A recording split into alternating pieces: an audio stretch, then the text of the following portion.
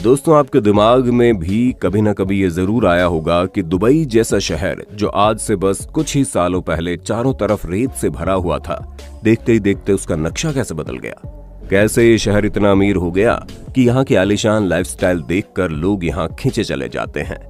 अब दुबई के इतने अमीर होने के पीछे कई लोगों को यहाँ मौजूद तेल की खदान एक बड़ी वजह लगती है, और अगर आप भी उन्हीं में से एक है तो भाई साहब, आपने बिल्कुल सही वीडियो पर क्लिक किया है, क्योंकि आज हम दुबई के अमीर होने के पीछे के उस राज से पर्दा उठाने वाले हैं जिसके बारे में जानकर आपके होश उड़ जाएंगे। बस वीडियो के अंत तक बने रहना। दोस्तों, आज से करीब 55 साल पहले दुबई में सिर्फ और सिर्फ रेत दिखाई देती थी। यहाँ ना तो खेतीबाड़ी होती थी, न ही यहाँ पर रहने वाले लोगों के पास अपने खुद का पीने का पानी था। पर इन सारी मुसीबतों के बावजूद आज दुबई दुनिया के सबसे विकसित शहरों में से एक है। भले ही यहाँ का क्राइम रेट ना के बराबर हो, पर फिर भी यहाँ पर पुलिस क्रिमिनल्स को पकड़ने के लिए फरारी और आउडी जैसी महंगी महंगी गाड़ियों में चलती है। और हाँ, हम दुबई में बनने वाले दुनिया के सबसे पहले 7 स्टार होटल बुर्ज अल अरब को कैसे भूल सकते हैं, वो भी तो यहीं पर है। बाकी दुनिया की सबसे ऊंची इमारत बुर्ज खलीफा से लेकर यहाँ रहने वाले शेख नवाब द्वारा पैसे को पानी की तरह बहाना, ये सब कुछ आपको सिर्फ और सिर्फ दुबई में ही देखने को मिलेगा। पर इन सब के पीछे सवाल ये आता है कि आखिर दुबई के पास इतना सारा पैसा आया तो आया कहां से। अब इस चीज को जानने के लिए आपको आज से 55 साल पीछे चलना पड़ेगा, यानी कि साल 1966 में, क्योंकि यही वो साल था जब दुबई में पहली बार तेल की खोज हुई थी। और इसके ठीक 3 साल बाद 1969 दुबई ने तेल का निर्यात शुरू कर दिया। और आप यकीन नहीं मानेंगे, इनका पहला शिपमेंट 1,80,000 बैरल्स का था। साल 1971 में दुबई यूनाइटेड अरब अमीरात यानी यूएई का हिस्सा बना। अब जिन लोगों को ना पता हो उन्हें बता दें कि यूएई में 7 सल्तनत है, जिसमें Dubai, Abu Dhabi, Sharjah, Ajman, Fujairah, Umm Quwain और रस अल खामे शामिल है। दोस्तों, यूनाइटेड अरब अमीरात से मिलने के बाद दुबई की पावर और ज्यादा बढ़ गई, पर अभी तो असली जादू होना बाकी था। जहां साल 1972, 1973 और 1982 में दुबई ने 3 और तेल से भरे क्षेत्रों की खोज की, जिसके बाद 1999 में सरकारी company Emirates national oil company ने पहला रिफाइनरी खोला। और जब ये सब हो रहा था तो दुबई एक पिछड़े हुए देश से ठीक ठाक कंडीशन में आ गया था।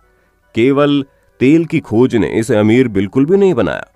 अगर हम दुबई के अमीर होने का सबसे बड़ा कारण आपको बताएं तो वो कोई और नहीं बल्कि यहाँ के प्राइम मिनिस्टर या फिर कह लीजिए दुबई को चलाने वाले शहंशाह मोहम्मद बिन रशीद अल मखतूम की दूरदर्शी सोच है।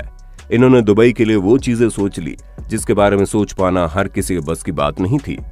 इन्हें पता था कि भविष्य में किन किन चीजों की किस तरह से जरूरत पड़ने वाली है, और उसी हिसाब से इन्होंने दुबई को चलाना शुरू कर दिया।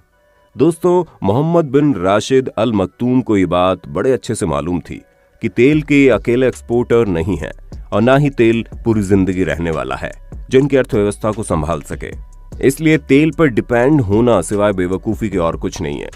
तेल ने तो बस दुबई को किक स्टार्ट दिया, और यही कारण है कि आज दुबई की केवल 5% जीडीपी तेल पर निर्भर करती है।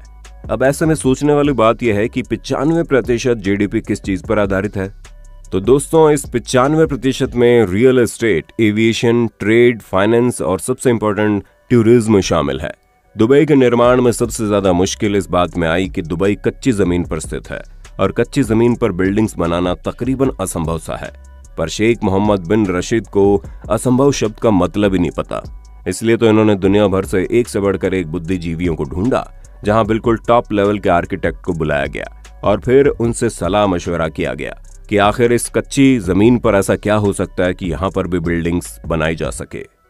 अब दुनिया के पावरफुल और नॉलेजेबल लोगों की मदद से ये इमारतें बनाने में तो सफल हो गए, लेकिन इतनी ऊंची ऊंची इमारतों को बनाने के लिए पानी की जरूरत थी, और दुबई का हाल तो आप जानते ही हैं कि हर तरफ सूखा पड़ा है।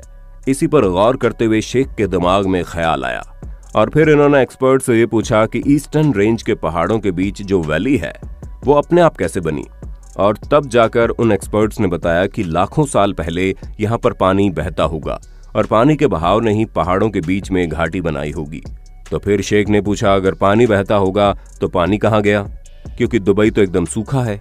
तो इन एक्सपर्ट्स ने इसका जवाब देते हुए बताया कि हो सकता है पानी अभी भी जमीन के नीचे हो। अब इतना सुनते ही शेख ने पूछा, क्या हम उसे निकाल सकते हैं? हाँ, आइडिया अच्छा है और हम कोशिश कर सकते हैं, क्या पता मिल जाए।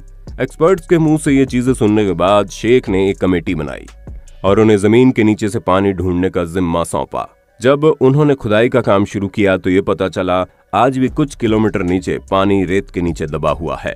बस ये पता चलने की देर थी, फिर क्या था, एडवांस टेक्नोलॉजी की मदद से पानी को बाहर निकाला गया।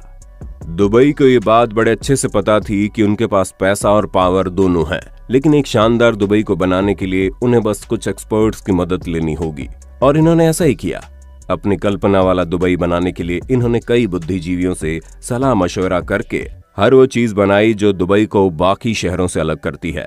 और इनकी इसी एडवांस सोच ने एक ऑयल बेस्ड इकोनॉमी को एक टूरिज्म और ट्रेड बेस्ड इकोनॉमी बना दिया, क्योंकि तेल तो कब खत्म हो जाए किसी को नहीं पता, लेकिन ट्रेड और टूरिज्म दो ऐसे फील्ड हैं जो कभी खत्म नहीं होंगे। और यही कारण था कि शेख ने शुरुआत में ही ये बात ठान रखी थी कि दुबई में जो भी चीजें बनेंगी वो दुनिया में सबसे बेहतर और सबसे बड़ी बनेंगी, जिसका सबसे बड़ा उदाहरण आप दुबई की कच्ची जमीन पर बनी दुनिया की सबसे बड़ी इमारत बुर्ज खलीफा के रूप में देख सकते हैं।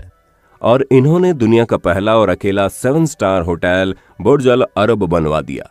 उसके बाद इन्होंने दुबई में man made island palm Jumeirah बनवाया, जिसकी खूबसूरती कितनी लाजवाब है वो तो आप देख ही सकते हैं।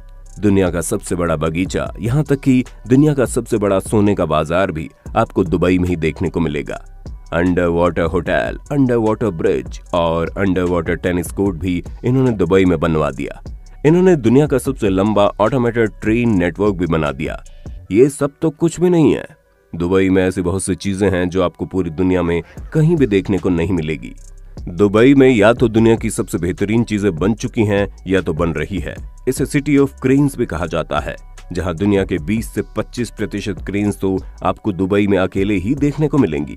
अब आप खुद ही सोचिए कि 4114 स्क्वायर किलोमीटर यानी कि महाराष्ट्र के केवल 2% एरिया वाले शहर में इतना कुछ मौजूद है, वो किस स्पीड से विकास कर रहा होगा। दोस्तों, दुबई के विकास के पीछे यहाँ के कड़े नियम और ऑटोमेटिक सर्विलेंस का एक बहुत बड़ा हाथ है। यहाँ पर पब्लिक ट्रांसपोर्ट में खाना या पीना गैर कानूनी है, वहीं हमारे भारत में जिसको जहां मर्जी हो वहीं खाना शुरू कर देता है। अरे खाना तो छोड़िए, यहाँ पर लोग पैंट खोलकर पेशाब करने से पहले तक नहीं सोचते, तो खाना तो दूर की बात है। दोस्तों, दुबई में गंदी गाड़ी रखना गैर कानूनी है। अगर आप यहाँ पर अपनी गाड़ी साफ नहीं करते हैं तो आपके अकाउंट से अपने आप ही पैसे कट जाएंगे। सिर्फ इतना ही नहीं, गलत तरीके से गाड़ी धुलना भी दुबई में अपराध माना जाता है, क्योंकि गंदा पानी सड़कों और नालों को प्रदूषित करता है। दोस्तों, दुबई का क्राइम रेट बहुत ही कम है, क्योंकि यहाँ पर सजा तुरंत तो सुनाई जाती है, ना कि सालों तक कोर्ट के चक्कर लगवाए जाते हैं। इसीलिए किसी भी मुजरिम के दिमाग में जुर्म करने का ख्याल आता ही नहीं, और अगर कोई गलती से जुर्म करने की कोशिश भी करे तो उसे पकड़ने के लिए यहाँ की पुलिस के पास सुपर फास्ट गाड़ियां मौजूद हैं, जिनकी मदद से मुजरिम को रंगे हाथ पकड़ा जा सकता है। वैसे यहाँ पर स्मार्ट पुलिस स्टेशन भी बनाए गए हैं, जहाँ कोई पुलिस वाला तो नहीं है, लेकिन मशीनें लगाई गई हैं, जहां आप मशीनों की मदद से किसी भी क्राइम की रिपोर्ट दर्ज करवा सकते हैं। दोस्तों, दुबई ने स्मार्ट सर्विलेंस भी लागू किया है, जिससे आप कोई भी नियम तोड़ते हैं तो आपके बैंक अकाउंट से पैसा कट जाएगा। दुबई में इतना कुछ होने के बावजूद यहाँ के प्राइम मिनिस्टर को चैन नहीं आया, तभी तो यहाँ अब अलादीन की कहानी पर बेस्ड अलादीन सिटी बनने जा रही है। उसके अलावा यहाँ पर बॉलीवुड थीम पार्क भी बनने जा रहा है, और ऐसे बहुत से प्रोजेक्ट दुबई में अब बनने वाले हैं, जिसे देख दुनिया चौंक जाएगी। बस बात सिर्फ इतनी है कि इस महामारी के चलते ये काम थोड़ा रुक गया है, वरना अब तक दुबई और भी ज्यादा शानदार बन चुका होता। तो दोस्तों, दुबई के बारे में सारी बातें जानने के बाद आपका दुबई के बारे में क्या कहना है, हम कमेंट में जरूर जानना चाहेंगे। लाइक, शेयर, सब्सक्राइब करना ना भूलें। धन्यवाद।